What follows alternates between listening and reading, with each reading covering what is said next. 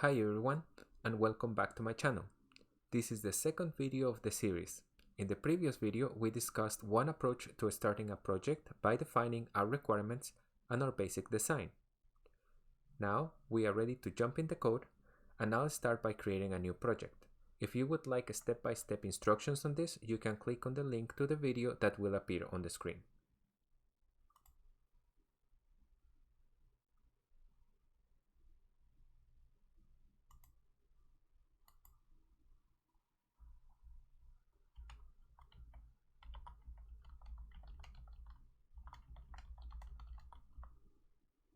I will name my project Rock, Paper, Scissors.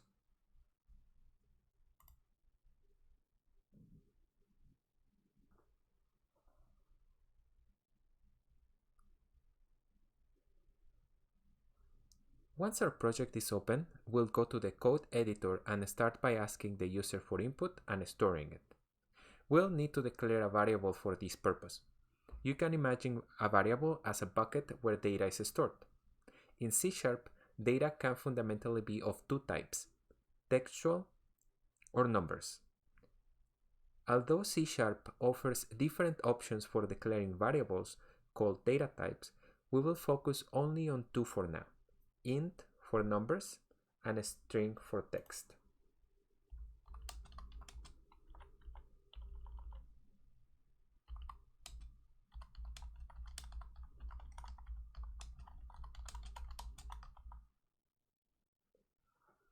Since the data entered by the user will be text, let's start by declaring a string variable.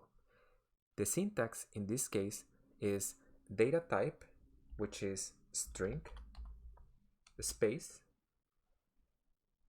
and then variable name. There are some guidelines to follow when it comes to naming variables, but this is a topic for another video.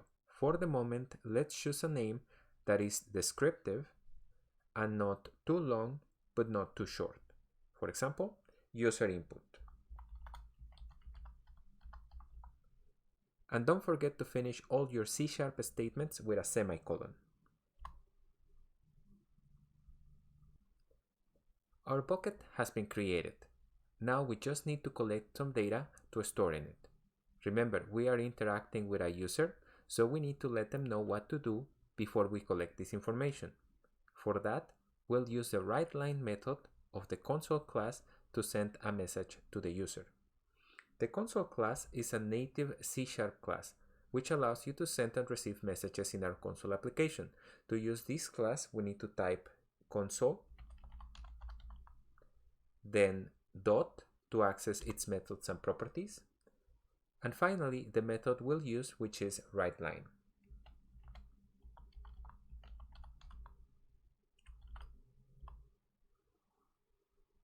We also need to tell the method which message to show.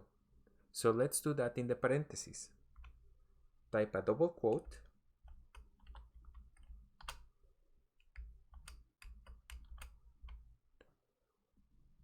and in between the double quotes goes the text.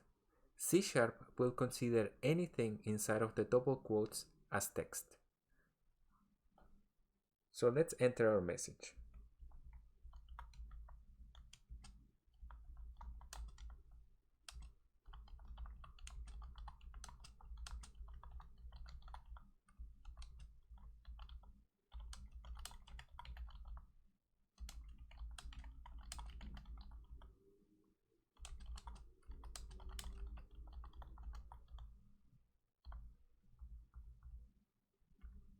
After this line of code is executed, the user will read the message and will know what to do.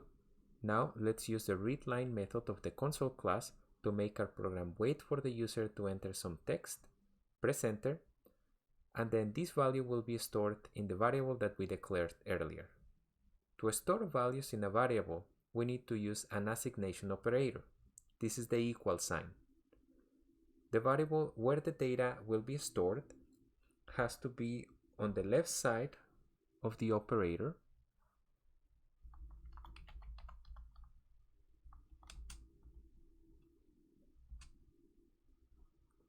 and the source data on the right. Remember that this data is coming from the console Readline method. And don't forget the semicolon. At this point, we have the user input, but we still need to validate and process it. To finish up, let's use the Readline method of the console class again, but this time we'll just show the user what they selected.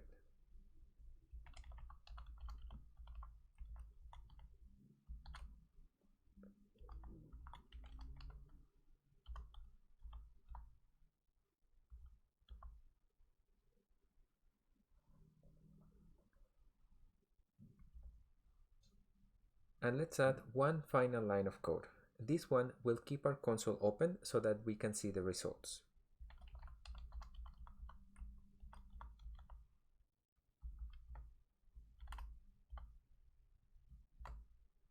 Let's test our program by clicking on the green play button at the top and verifying that we can enter some information and see it on the console.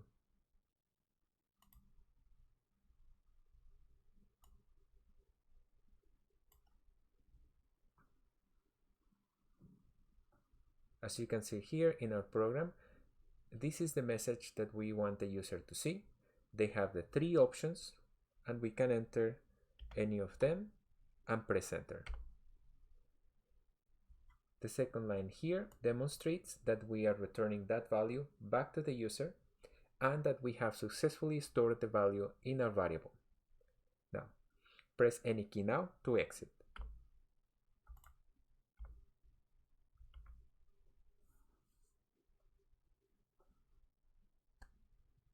Okay, this will be all for now. Thank you for watching this video, and I will see you in the next one where we will add validation and we will complete the input step. Thank you so much for watching. See you next time.